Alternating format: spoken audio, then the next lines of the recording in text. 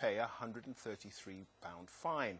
Let's speak to Nabila Ramdani, who's a French-Algerian journalist. Thanks very much indeed for coming in. These women apparently were arrested because they were part of an illegal demonstration, rather than the fact that they were wearing veils.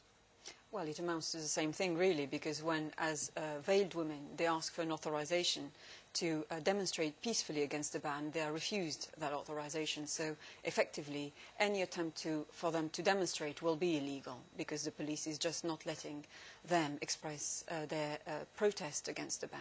But anyone wearing the veil, just walking down the street and not part of a protest, they would simply be stopped and fined.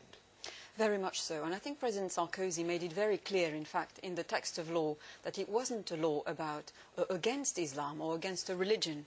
He made it very clear that it was about the dignity and the liberty of women. And I find it the height of irony that effectively the law is against women's liberty, because it effectively puts a woman who wears a niqab under house arrest. It deprives her of her liberty and it excludes her completely from society.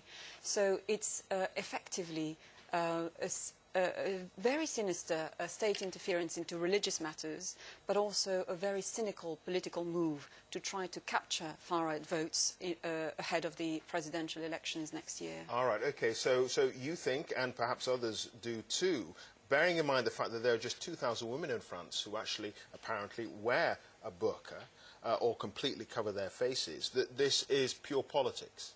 Very much so.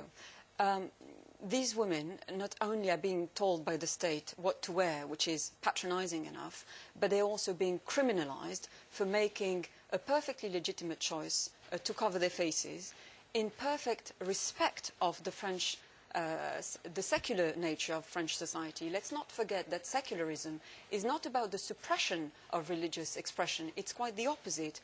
Article 1 of the French Constitution makes it very clear that the Republic is about respect of all beliefs. And it's no coincidence that you have the leaders of the six major religions in France, which are very upset about the ban, including the Grand Rabbi, who said on a number of occasions that it's very difficult to be a Muslim in France at the moment, and this ban is making it even worse. Okay, that would be the rather uncharitable way of looking at perhaps what Nicolas Sarkozy is doing. Those who are feeling a little bit more charitable will say, well, hang on a second, this just chimes into everything that France is about. It's about equality, fraternity.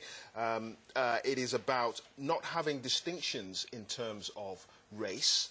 You don't have French Americans, you don't have French British, you have French people. There are no censuses or as far as the amount of black people that there are in the country. Everyone is French, and this is part of that, surely. Very much so, and that's why everybody should be allowed to express their faith. It's not the negation of diversity, it's the celebration of diversity. So this ban is actually quite the opposite of what French values stand for. And that's the crux of the matter and the fundamental problem behind the ban. When you have the Prime Minister, François Fillon, who himself expresses concern about how the ban is going to stigmatize the Muslim community and alienate them further, then it's very worrying.